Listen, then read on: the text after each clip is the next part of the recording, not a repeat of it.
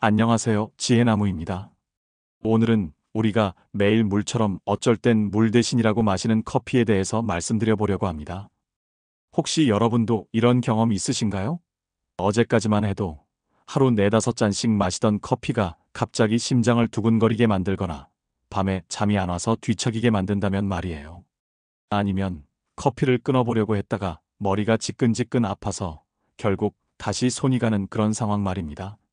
사실 저도 비슷한 경험이 있어요.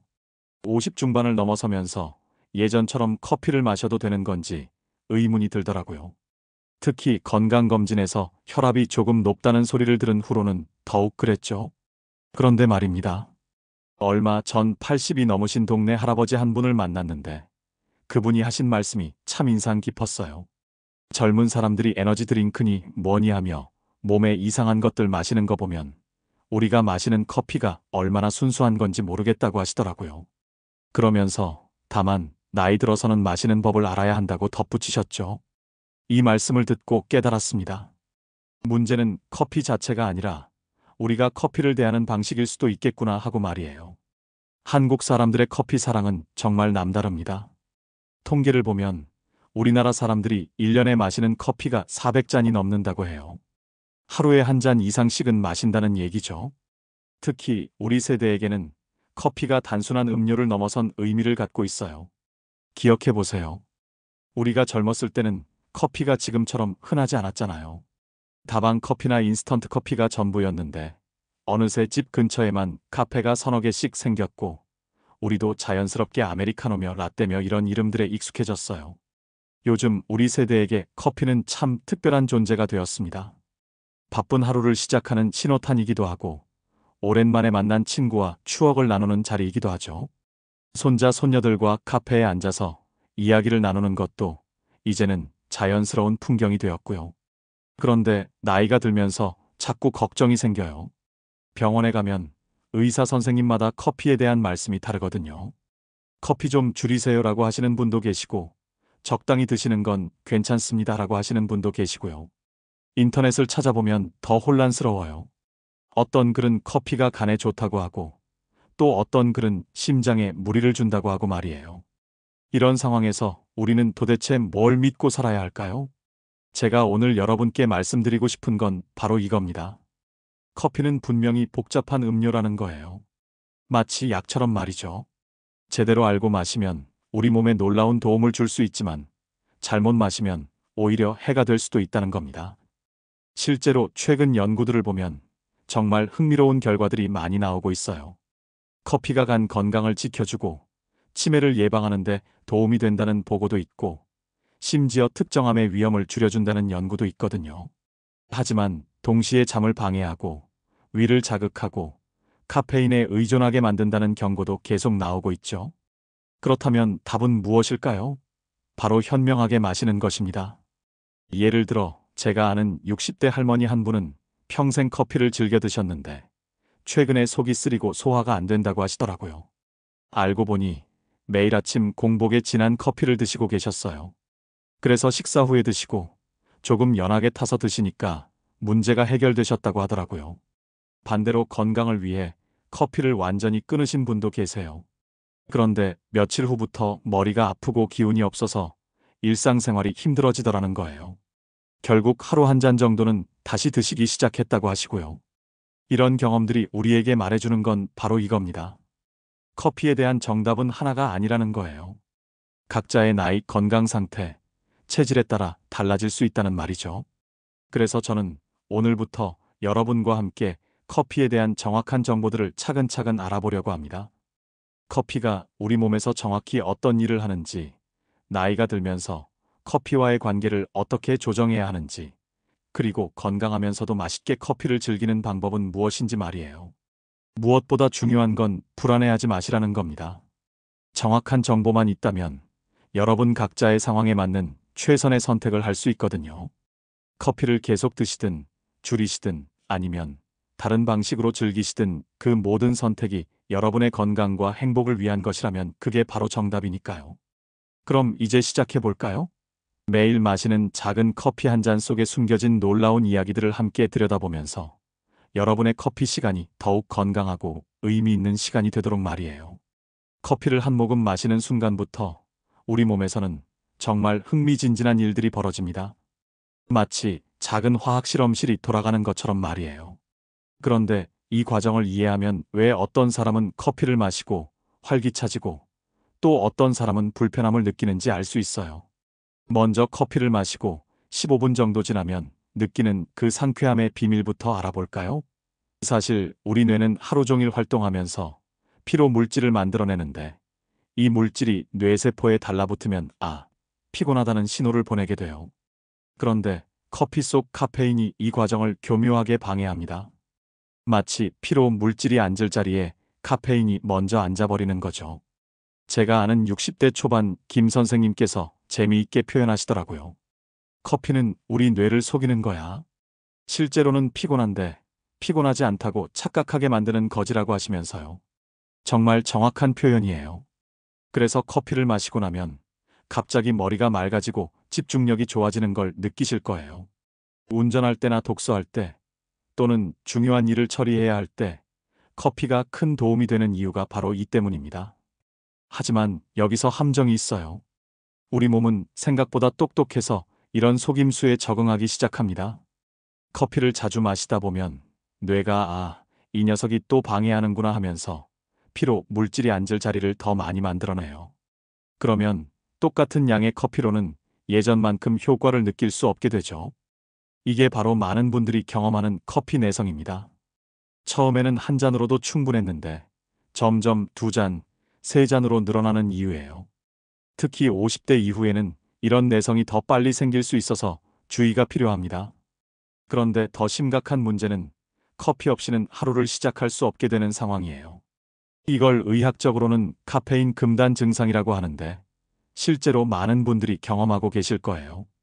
평소 커피를 드시던 분이 갑자기 하루 이틀 안 드시면 어떤 일이 벌어질까요? 가장 흔한 게 두통이에요. 그것도 머리 전체가 지끈지끈 아픈 그런 두통 말이에요. 그리고 무기력감이 몰려와요. 평소보다 훨씬 피곤하고 의욕이 없어지죠. 심한 경우에는 기분까지 우울해지기도 해요. 이런 증상들이 나타나는 이유는 뇌가 갑자기 늘어난 피로 신호를 감당하지 못하기 때문이에요. 평소 카페인이 막아주던 피로감이 한꺼번에 몰려오는 거죠. 마치 댐이 무너지면서 물이 한꺼번에 쏟아지는 것과 비슷해요. 다행히 이런 금단 증상은 대부분 일주일 안에 사라집니다. 하지만 그 일주일이 참 힘들어요. 그래서 많은 분들이 차라리 계속 마시자는 선택을 하게 되는 거죠. 커피가 우리 몸에 미치는 또 다른 큰 영향은 바로 잠에 관한 것이에요. 카페인은 우리 몸에서 생각보다 오래 머물러요. 보통 5시간 정도는 지나야 절반 정도가 사라진다고 봐야 해요. 그러니까 오후 3시에 커피를 마셨다면 저녁 8시까지도 절반의 카페인이 몸속에 남아있다는 뜻이죠. 이게 바로 많은 분들이 호소하는 불면증의 원인 중 하나예요. 잠자리에 들었는데 뒤척이고 자다가 자주 깨고 깊게 잠들지 못하는 이유가 낮에 마신 커피 때문일 수 있어요. 특히 나이가 들수록 잠이 얕아지고 예민해지잖아요. 젊었을 때는 저녁에 커피를 마셔도 잘 잤는데 50대가 넘어서부터는 오후 커피 한 잔이 밤잠을 방해한다는 분들이 많아요. 수면 전문가들은 보통 오후 3시 이후에는 커피를 피하라고 권해요. 하지만 개인차가 있어서 어떤 분은 저녁에 마셔도 괜찮고 어떤 분은 점심 이후부터 조심해야 해요. 자신의 몸을 잘 관찰해 보시는 게 중요해요. 그런데 여기서 흥미로운 점은 커피가 단순히 나쁜 영향만 주는 건 아니라는 거예요. 최근 연구들을 보면 적절한 양의 커피가 우리 건강에 도움이 된다는 결과들이 많이 나오고 있어요. 가장 주목받는 건 간 건강에 대한 이야기예요. 커피 속에는 간을 보호하는 성분들이 들어있어서 꾸준히 마시는 사람들의 간 수치가 더 좋다는 연구 결과가 여러 번 발표되었어요. 특히 간염이나 간경화 같은 심각한 간 질환의 위험을 줄여준다는 보고도 있고요. 또 놀라운 건 항산화 효과예요. 커피에는 우리 몸의 노화를 늦추고 세포를 보호하는 성분들이 풍부하게 들어있어요. 심지어 일부 연구에서는 특정 암의 발생 위험을 낮춰준다는 결과도 나왔어요. 심장 건강에 대해서도 예전과는 다른 연구 결과들이 나오고 있어요. 과거에는 커피가 심장에 무리를 준다고 생각했는데 최근에는 적절한 양의 커피가 오히려 심혈관 질환을 예방하는 데 도움이 된다는 보고가 많아요. 하지만 여기서 핵심은 적절한 양이라는 표현이에요. 하루 서너 잔 정도의 커피가 건강에 도움이 된다는 거지, 많이 마실수록 좋다는 뜻은 아니거든요. 그럼 과연 우리는 어떻게 커피와 지내야 할까요? 답은 생각보다 간단해요. 자신의 몸이 보내는 신호를 잘 듣는 거예요. 커피를 마시고 나서 기분이 좋아지고 활력이 생긴다면 좋은 신호고, 불편함을 느끼거나 밤에 잠을 못 잔다면 조금 줄여야 한다는 신호죠. 이제 커피와 우리 몸의 관계에 대해 많은 것들을 알아봤는데요. 결국 가장 중요한 건 이거예요. 커피를 어떻게 현명하게 즐길 것인가 하는 거죠.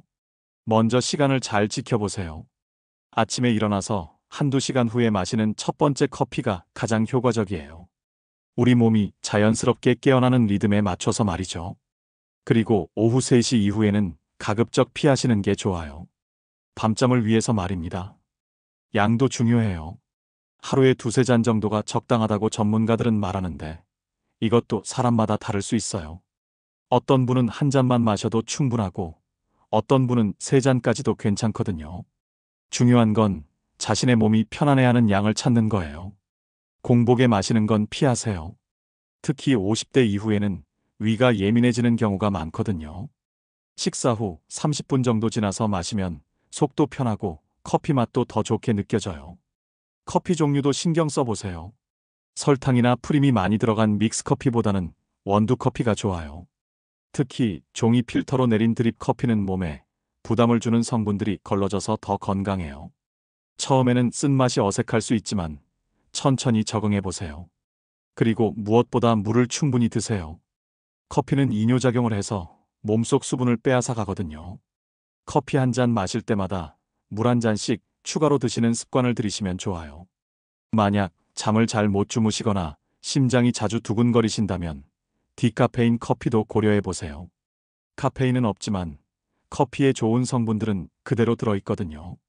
커피의 향과 맛을 즐기면서도 부작용은 피할 수 있어요. 제가 알고 있는 70대 박할머니께서는 참 지혜로운 방법을 쓰고 계세요. 오전에는 일반 커피를 한 잔 드시고 오후에는 디카페인 커피를 드신다고 해요. 그러면 커피를 즐기는 즐거움은 놓치지 않으면서도 밤잠은 푹 잘 수 있다고 하시더라고요. 또 중요한 건 커피를 마시는 환경이에요. 급하게 서서 마시거나 일하면서 마시는 것보다는 잠깐이라도 앉아서 여유롭게 마시는 게 좋아요. 커피 향을 맡고 따뜻함을 느끼면서 마시면 스트레스도 줄어들고 소화에도 도움이 돼요. 가족이나 친구들과 함께 마시는 커피는 더욱 특별해요. 손자, 손녀와 카페에서 대화를 나누거나 오랜 친구와 추억을 이야기하면서 마시는 커피는 단순한 음료를 넘어서 정서적인 안정감을 줘요. 이런 긍정적인 감정들이 커피의 좋은 효과를 더욱 높여주기도 하고요. 건강 상태에 따라서는 조심해야 할 부분들도 있어요. 고혈압이나 부정맥이 있으시다면 의사 선생님과 상의해서 적절한 양을 정하세요.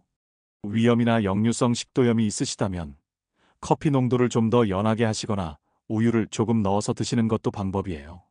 임신하신 분이나 수유 중인 분들은 특히 조심해야 하고, 골다공증이 걱정되시는 분들은 칼슘 섭취에 더 신경 쓰시면서 커피를 드시는 게 좋아요. 그런데 가장 중요한 건 커피에 대한 죄책감을 갖지 마시라는 거예요. 많은 분들이 커피 마시면 안 되는 건 아닐까 하면서 걱정하시는데, 적절히 마시는 커피는 오히려 건강에 도움이 돼요. 죄책감이나 스트레스가 오히려 몸에 더 해로울 수 있거든요. 커피는 이제 우리 생활의 일부가 되었어요. 완전히 끊기보다는 현명하게 즐기는 방법을 찾는 게 더 현실적이죠. 자신의 몸 상태를 잘 관찰하시고 몸이 편안해하는 방식으로 마시시면 돼요. 기억하세요. 건강한 커피 생활의 핵심은 균형이에요. 너무 많이 마시지도 말고 무작정 피하지도 말고 자신에게 맞는 적당한 선을 찾는 거죠. 그리고 커피만으로 건강을 지킬 수는 없어요. 규칙적인 운동, 균형 잡힌 식사, 충분한 수면과 함께할 때 커피의 좋은 효과를 제대로 누릴 수 있어요. 마지막으로 한 가지 더 말씀드리고 싶은 건 커피에 대한 연구는 계속 진행되고 있다는 거예요. 앞으로도 새로운 사실들이 밝혀질 수 있어요. 그러니까 너무 확신에 차서 고집 부리지 마시고 새로운 정보에도 열린 마음을 가지시면 좋겠어요. 오늘 이야기를 들으신 후에는 내일 아침 커피가 조금 다르게 느껴지실 거예요. 그냥 습관적으로 마시는 게 아니라 내 몸과 대화하면서 마시는 커피 말이에요. 오늘 내 몸은 어떤 상태인가? 이 커피가 나에게 어떤 영향을 줄까? 이런 생각을 하면서 마시시면 커피가 단순한 음료가 아닌 건강한 동반자가 될 거예요. 건강하고 행복한 커피 생활, 여러분도 충분히 만들어갈 수 있어요. 오늘부터 조금씩 실천해 보시고 자신만의 커피 루틴을 찾아가시길 바라요. 오늘 이야기가 도움이 되셨다면 구독 버튼을 눌러주시고 좋아요도 부탁드려요. 그리고 댓글로 여러분만의 커피 이야기나 궁금한 점들을 남겨주세요. 어떤 커피를 즐겨 드시는지, 커피를 마시면서 느끼는 변화는 없으신지, 또는 커피와 관련해서 고민이 있으시다면 언제든 나눠주세요. 여러분의 소중한 경험담들이 다른 분들에게도 큰 도움이 될 거예요. 다음에도 건강하고 유익한 이야기로 찾아뵙겠습니다. 감사합니다.